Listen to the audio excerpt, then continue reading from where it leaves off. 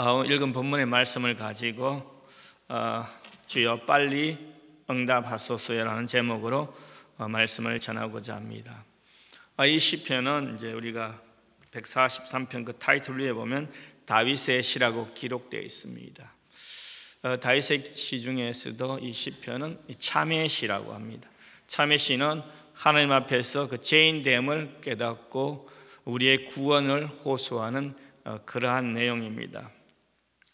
그런데 오늘 내용을 자세히 보면 그 참회의 내용보다는 자신의 처지를 호소하고 하나님께 도움을 구하는 그 탄원의 그 간구에 훨씬 더 가까운 내용들이 많이 있습니다.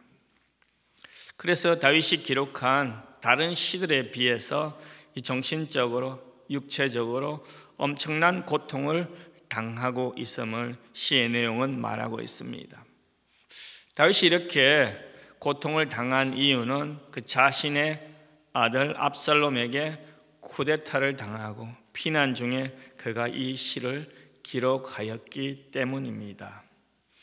자신의 아들에게 쫓겨서 그 목숨을 부지하기 위해서 도망다니는 참 다윗의 이러한 모습은 아마 그의 인생 중에서 가장 비참한 순간이 아니었나 그렇게 생각됩니다. 이 시의 내용을 보면 그가 그 조약돌 3개로 골리앗을 넘어뜨렸던 그런 용맹스러운 모습은 보이지 않습니다. 대신에 실패한 어떤 초라한 인생의 모습을 우리는 발견할 수 있습니다. 어쩌면 그는 우울증 환자처럼 이 세상에서 가장 비참한 자신의 모습을 오늘 보여주고 있습니다. 시인은 그런 상황에도 불구하고 그는 하나님께 간구하고 있습니다.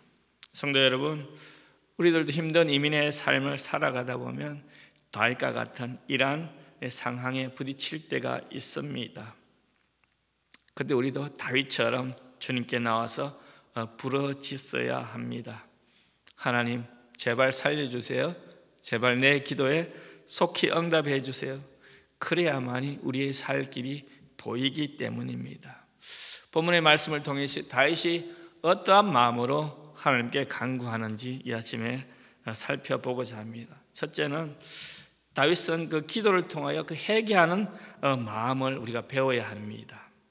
오늘 시편은 다윗이 그 아들 압살롬을 피해서 도망하고 있을 때 기록한 시라고 말씀드렸는데 왜 다윗이 이러한 결과를 맞이하였을까요?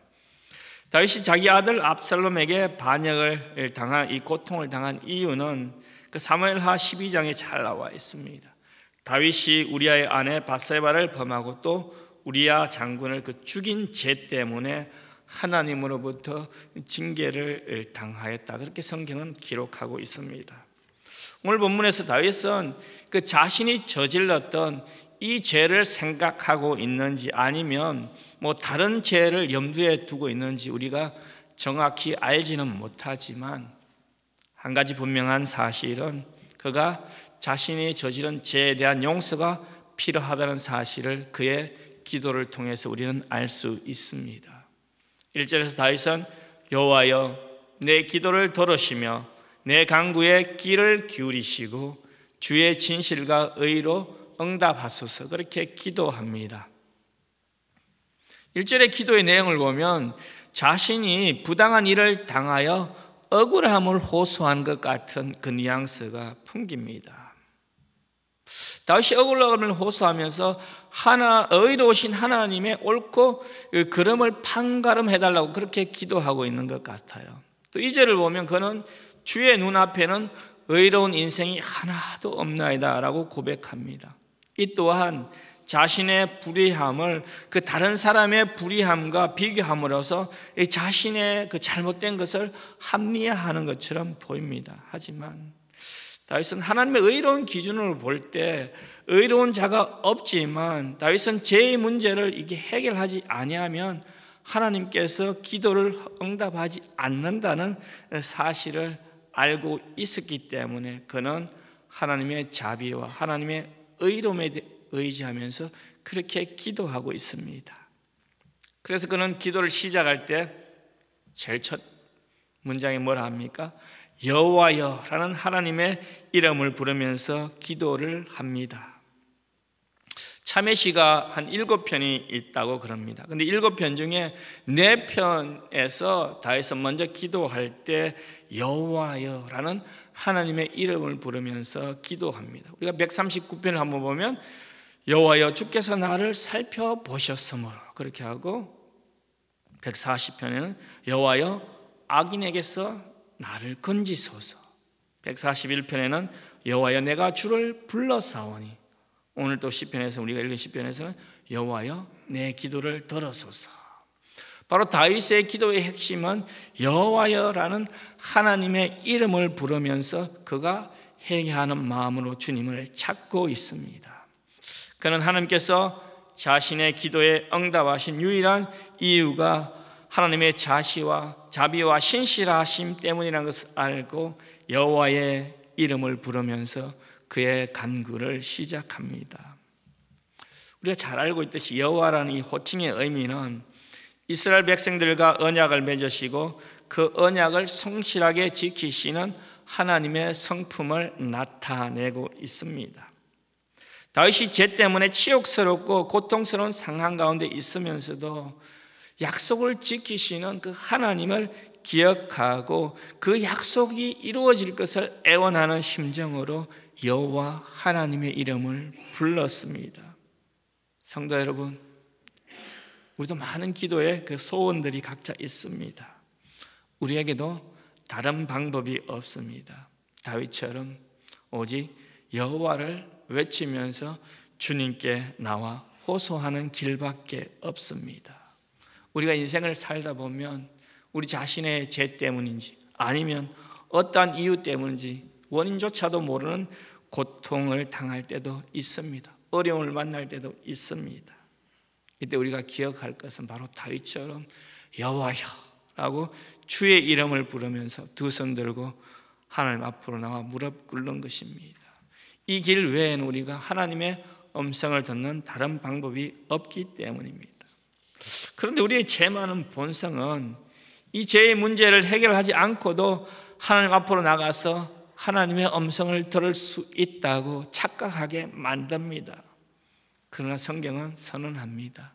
다른 길이 없다고요. 이사야 59장 1절 2절 보면 여호와의 손이 짧아 구원하지 못하심도 아니요 귀가 둔하여 듣지 못하심도 아니라 오직 너희 죄악이 너희와 너희 하나님 사이를 갈라놓았고 너희 죄가 그의 얼굴을 가리어서 너희에게서 듣지 않으시게 함이라. 그렇게 말씀합니다. 우리가 죄 가운데 있으면 하나님은 우리의 기도를 들어주고 싶어도 들어줄 수 없습니다. 우리가 죄를 지으면 죄 때문에 순식간에 하나님과 우리의 관계가 파괴됩니다. 그러므로 우리 성도들은 죄를 멀리해야 돼요. 성도는 죄를 지으면 하나님과의 관계가 끊어지기 때문에 하나님으로부터 공급받을 수 있는 아무런 이 공급의 그 원인조차 없기 때문입니다. 여러분, 우리가 하나님께 구하는 모든 것들이 하나님의 관점에서 보면 사실 합당한 것이 하나도 없습니다. 우리는 날마다 죄를 짓고 있으므로 죄의 형벌밖에는 사실 받을 자격이 없는 사람들입니다. 하지만 하나님께서는 그분의 은혜와 신실하심으로 우리의 기도에 응답하십니다. 그럼 우리가 필요한 것은 먼저 회개하는 마음으로 여호와의 이름을 부르는 것입니다. 다시 말씀드리면 기도는 회개하는 마음으로 우리 자신의 공로를 가지고 하나님께 무엇인가를 요구하는 것이 아니라 하나님의 진실과 의라는 하나님의 성품에 의지하여 기도해야 합니다. 우리는 누구나 기도합니다. 기도할 수 있습니다. 그러나 우리의 기도가 응답받고자 한다면 무엇보다도 하나님의 진실과 공의 곧 하나님의 선하시고 의로우신 그 성품에 어긋남이 없는 기도를 해야 되고 그러한 삶을 살아야 됩니다. 오늘 다윗이 그러한 기도의 모습을 우리에게 보여주고 있습니다. 우리에게 어려움이 닥칠 때 바로 이러한 기도의 모습을 여러분들이 회복하시기 바랍니다. 둘째로 다윗은 하나님을 신뢰하는 마음으로 기도하였습니다.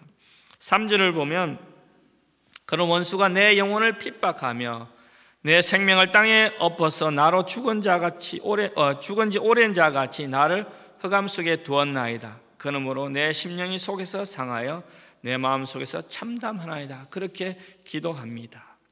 이 구절을 가지고 학자들은 다윗이 압살롬에게 도망쳤다는 것을 추측합니다.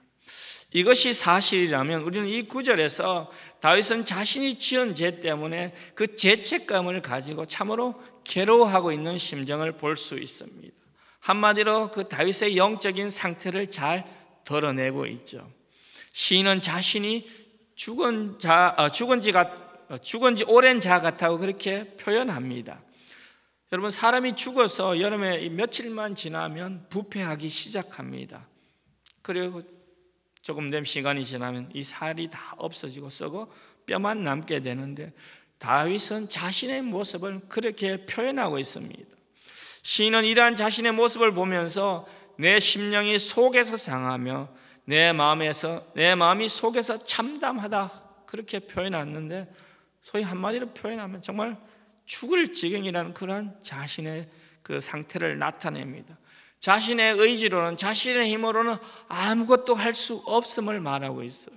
자신뿐만 아니라 주위 어느 누구로부터도 도움을 구할 수 없는 것을 호소하고 있습니다. 그러한 상태에 있던 다윗이 길을 찾았는데 그 길이 무엇입니까? 바로 기억하는 것입니다. 그래서 그는 절망 속에서도 포기하지 않고 자신의 생각보다 더 크신 하나님의 능력을 의지하면서 기도합니다. 시인은 그간 당면한 이 모든 문제보다 하나님의 능력을 더 신뢰하였습니다. 그러면서 그는 이스라엘의 역사 가운데 자신들을 도와주었던, 역사하셨던 하나님의 능력을 회상하고 기억하였습니다. 그래서 5절을 보면 내가 옛날을 기억하고 주의 모든 행하신 것을 엎조리며 주의 손이 행하는 일을 생각하고 주를 향하여 손을 펴고 내 영혼이 마른 땅같이 주를 사모하나이다. 그렇게 고백합니다. 이 구절에서 우리가 주목해야 될 부분은 바로 기억하는 것입니다.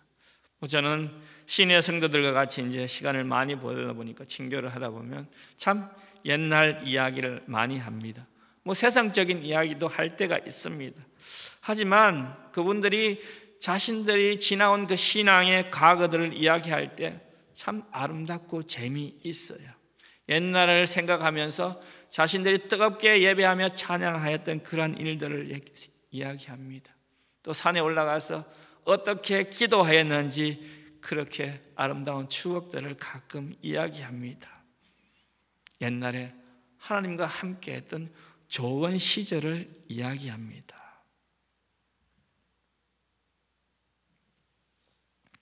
왜 이런 기억이 중요합니까, 성도 여러분? 우리가 성도로 살아가다 보면 우리가 실망과 좌절이 찾아올 때가 있어요. 이때 우리는 그 좋았던 시절을 생각하면서 우리의 소망을 다시 하나님께 둘 수 있는 것입니다. 그래서 저는 우리 첼트렘 교회가 어린아이부터 우리 시니어 부서까지 이러한 추억을 만들어주는 교회가 되었으면 좋겠어요. 그래서 인생을 살다가 어려움을 당할 때 참 옛날을 기억하면서 내가 처음 받았던 그런 예수 그리스도의 사랑, 이 첼트렘 공동체를 기억하는 그런 교회가 되고 싶습니다. 다윗은 하나님의 말씀을 묵상하면서 하나님께서 과거에 행하셨던 위대한 일들을 기억하였습니다. 그는 창조주 하나님을 기억했을 것입니다. 그리고 애굽에서 종살이하던 자신의 조상들을 구원해 주신 구원의 하나님을 기억하였을 것입니다. 그리고 자신의 조상들과 약속을 성취하신 그 가나안을 성취하는 과정에서 신실하게 역사하셨던 그 능력의 하나님을 기억하셨을 것입니다. 다윗은 과거에 행하신 하나님의 일들을 묵상하면서 자신이 당하고 있는 모든 문제들을 하나님이 이 또한 능히 해결해 주실 그러한 하나님으로 믿었습니다. 성도 여러분, 우리의 삶의 상황이 다윗처럼 힘들지 않고 어렵지 않다 하더라도 우리가 기도할 때 다윗처럼 우리도 그분을 신뢰하는 우리의 마음 자세가 필요합니다. 그래서 하나님은 저와 여러분들이 그 자신을 신뢰할 수 있도록 많은 역사와 증거들을 보여주셨습니다. 우리는 다윗이 하나님을 신뢰할 수 있었던 그 증거보다 수백 배 더 많은 증거들을 가지고 있습니다. 구약의 역사를 이제 한 4,000년 보는데 다윗이 예수님 오시기 전에 한 1,000년을 전의 인물이니까, 그러니까 창세기부터 이 다윗까지 한 3,000년의 역사밖에 되지 않습니다. 다윗은 고작 3,000년의 역사를 가지고 하나님을 신뢰하였지만 우리는 그 배가 되는 6,000년의 역사를 가지고 하나님을 신뢰합니다. 그리고 이 신약이라는 책이 더해져서 정말 예수 그리스도의 죽음과 그 고난과 부활을 우리에게 직접 보여주고 더 수많은 증거들 이 책에 우리들이 그분을 신뢰할 수 있도록 보여주셨습니다. 이러한 증거들을 우리가 기억하면서 하나님을 따라야 할 것입니다. 여러분, 성경에 얼마나 많은 기도의 이 증거들이, 이 역사들이 나타나고 있습니까? 뭐 제가 말하도 잘 알 거예요. 아브라함부터 시작해가지고 엘리야의 기도, 다니엘의 기도, 주님의 기도, 바울의 기도, 수많은 기도의 그런 역사들이 이 증거 속에 나타나 있습니다. 왜 이런 수많은 증거들을 하나님께서 우리에게 보여주십니까? 우리의 신앙의 선배들처럼 우리도 이 역사를 이뤄갈 수 있다고 그렇게 오늘도 말씀하고 있는 것입니다. 마지막으로 우리는 주의 뜻으로 기도해야 됩니다. 7절부터 12절을 보면 다윗의 간절한 마음이 잘 나타나 있습니다. 7절을 보면 내 영이 피곤하나이다 라는 시인의 기도가 나오죠. 그러면서 피곤한 영혼에게 안식을 줄 수 있는 분은 하나님 한 분밖에 없다는 사실을 고백하면서 10절에서 나를 가르쳐 주의 뜻을 행하게 하소서 그렇게 기도합니다. 전반부를 보면 시인은 자신의 힘들고 어려운 상황들을 토로하면서 심판을 면하게 해주세요, 그렇게 악에서 구해주세요, 그런 기도를 하다가 갑자기 주의 일을 행하게 해달라 그렇게 기도의 이 내용이 바뀝니다. 그 이유는 주의 영은 선하시니까, 주의 일을 하는 것이 좋은 결과를 가져온다는 사실을 알았기 때문입니다. 어찌 보면 지극히 당연한 일을 시인은 고백하고 있습니다.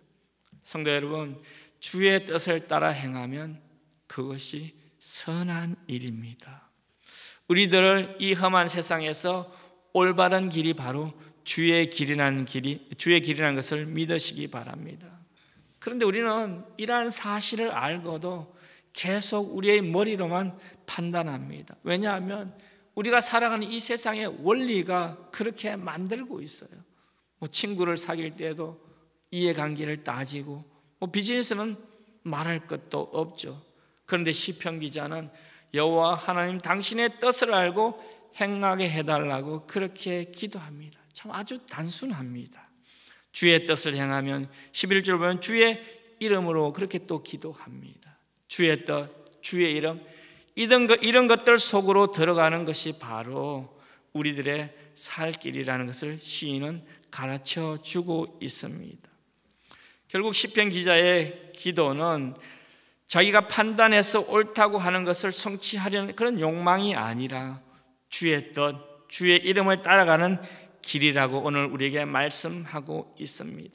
성도 여러분, 우리의 기도가 우리의 욕심대로 우리의 필요를 위해서 기도하는 것이 아니라 주의 뜻, 주의 길로 행하는 기도가 되어야 할 것입니다. 저는 이 시편을 묵상하면서 다윗의 기도에 나타난 다윗이 자신의 기도에 대한 응답을 원했던 것보다 하나님을 더 알기 위해 원하는 그러한 자신의 모습을 저는 발견할 수 있었습니다. 다윗이 도움을 청하고 원수들로부터 자신을 구하기 위해 하나님을 찾고 있지만 그의 최종적인 기도의 목적은 바로 하나님과 더 가까이 가는 것, 주의 뜻을 찾는 것이었습니다. 성도 여러분, 여러분도 오늘 이 말씀을 묵상하면서 주의 뜻을 살아가면서 하나님께 더 가까워지는 하루가 되기를 주님의 이름으로 축원드립니다. 같이 기도하겠습니다. 우리도 다윗처럼 기도할 때 참 회개하고 또 신실한 그분의 말씀, 이 역사들을 믿고 주의 이름으로 기도하는 우리의 기도가 될 수 있도록 다 같이 한번 기도하겠습니다. 하나님 아버지 감사합니다.